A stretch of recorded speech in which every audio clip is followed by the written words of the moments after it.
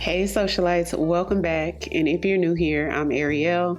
I do mainly beauty videos, fragrance, and lifestyle. So if those are the type of videos you enjoy, I would love for you to hit the subscribe button and come join the family. So today's an exciting review and highly requested. So Pkwy has recently released, I think it came out yesterday actually, his new foundation, which is the Major Skin Hydra-Luxe Luminous Skin Perfecting Foundation. I was also excited to try this out because one of my favorites is his other foundation that comes in this compact. It's his cream foundation, you guys, and it comes in this cream form and it has a powder that goes with it too. Y'all, this is a really good skin-like foundation, and I get a decent amount of wear with it. Excited to see what this one's given. So the claims of this new one is to be hydrating with medium coverage, a radiant finish, and it's best for dry, combo, and normal skin. So I don't know how much this would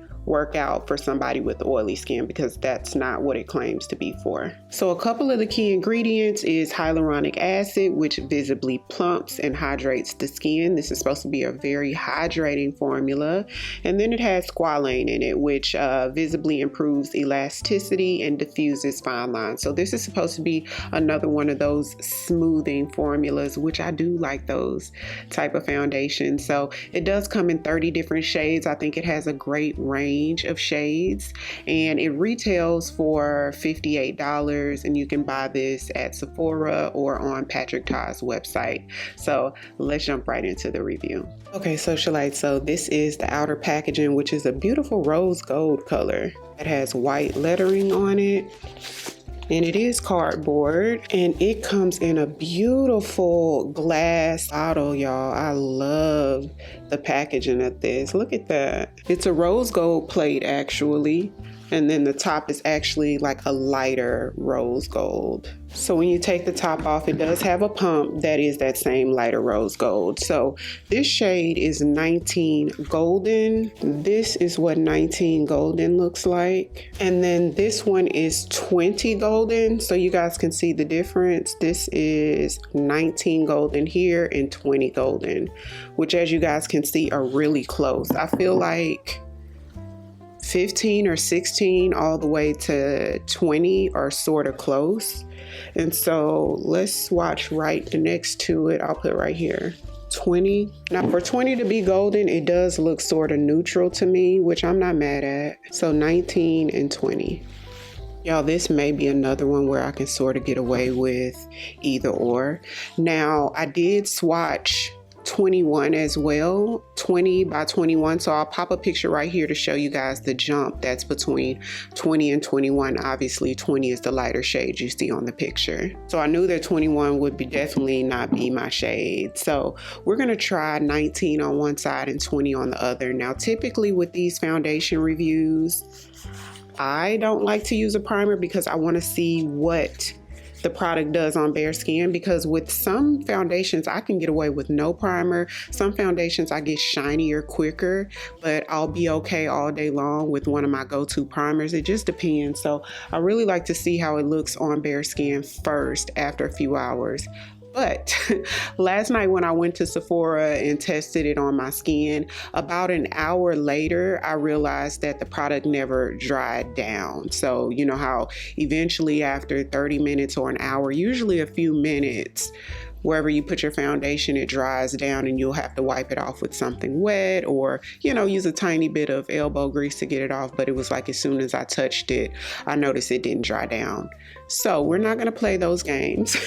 I'm gonna use just a little bit of primer because I'm already knowing this is one that I'll probably see shine quickly. So I did moisturize with my go-to, and this usually soaks into the skin fairly quickly, which is my Clinique Moisture Surge 100 Hour. So I'm going to take a little bit of my e.l.f. Liquid Poreless, which is my go-to primer. It really does help kind of control that shine as well as fill in the pores a little bit.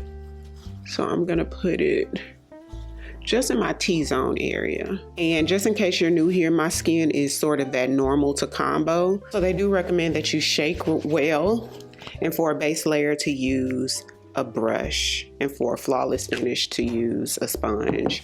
So this is one pump of 19. I'm going to use my Sephora collection number 70 brush.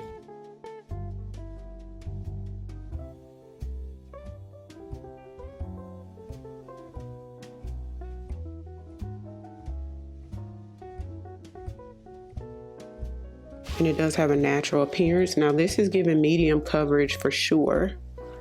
I still see quite a bit of my skin through the product. And I would say it's like a medium consistency because it's not really running.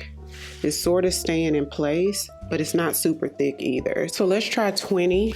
On the opposite side, I'm gonna start off with one pump using my e.l.f. liquid blush brush.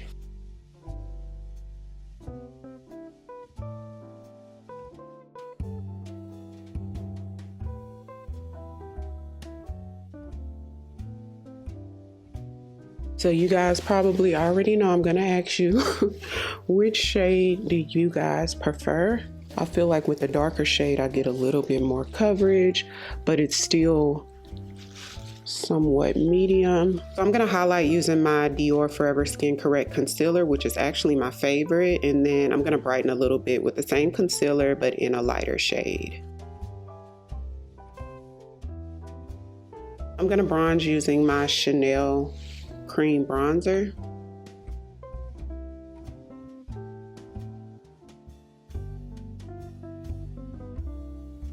I'm going to take my Laura Mercier translucent powder. This one is the Ultra Blur formula.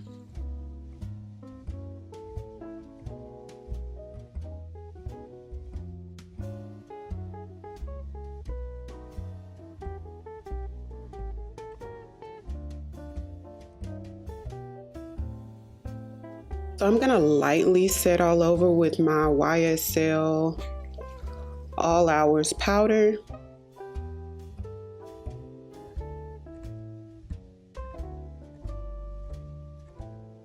For blush, I'm gonna do Summertime Wine from Fenty.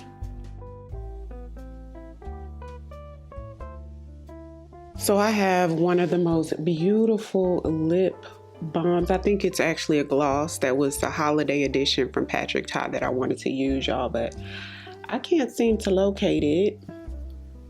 And I think it would have worked so great with the blush actually. So we're gonna go with a red lip.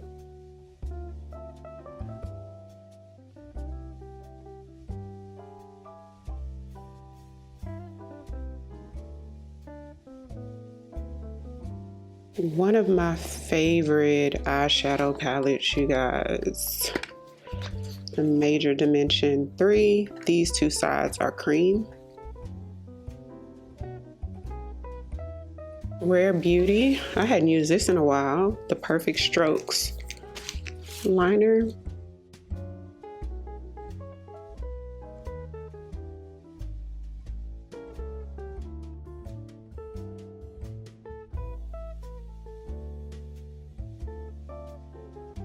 So as you can see, the shine is already starting to peek through already before we finished our face. So this is gonna be one of those sort of dewy slash luminous. So let's put just a little bit more powder on here before we get out of here. So we're gonna see what the wear is gonna be like at this point. I'm not gonna do a finishing spray because I know that's gonna help with longevity as well. So it's now 1:52. So I'm gonna wear the product for the next few hours. We'll check back in and see how it stood up. Okay, socialites, so I'm back. It's now 7:02 p.m. So it's right at 5 hours later, and this is what we have. So I have not blotted my face. I didn't touch up or anything. So the product didn't seem to oxidize. There's no real visible signs of fine lines and pores because of the foundation. One thing I did notice is the plumping. If you guys can see like how smooth this area is on me, I can really tell when a foundation is smoothing because I do have those sort of lines here. So whenever they're sort of smooth and it doesn't settle in that crease, I know that it's a good smoothing formula. And especially right here because I also have like a little crease there, like right across here, and being that that's smooth right here. That's how I'm able to tell that it's a smoothing formula, so I do like that. But this is a very luminous foundation, so I am glad that I put a primer underneath, because without that primer I know it would have been super shiny. So this would be a dry skin girly's dream, or if you have like normal skin, because I'm sort of that normal combo. So if you have straight up normal skin and you like something that gives you that luminosity, you would probably really like this as well. But even still, just make sure that you prime your skin using a oil controlling or a mattifying primer. But even with your primers, that luminosity will still show through, because I know some people would probably wonder, if they use sort of that oil controlling primer, would you still be able to see that luminosity show through? And you will, because I used one today and I could still see, you know, the super radiant areas. With that being said, I don't think this will work out for the oily girlies. As far as the shade goes, you guys, I would probably do the darkest one, which is 20, but I think I could also get away with 19, especially going a little closer into the winter months. But I do feel like 20 would be the go-to shade for me in this formula. So comment down below, let me know, what do you guys think about the new Patrick Ta foundation based on how you guys think my skin looks? Are you guys interested in picking it up? What are your thoughts? So if you're new here, welcome. I would love for you to come join the family by hitting the subscribe button. Thank you all so much for watching, and I'll see you on the next one. 'Cause I've been where you are. You're too scared to show me love, 'cause too fresh with the scars. Well, I don't have the answers,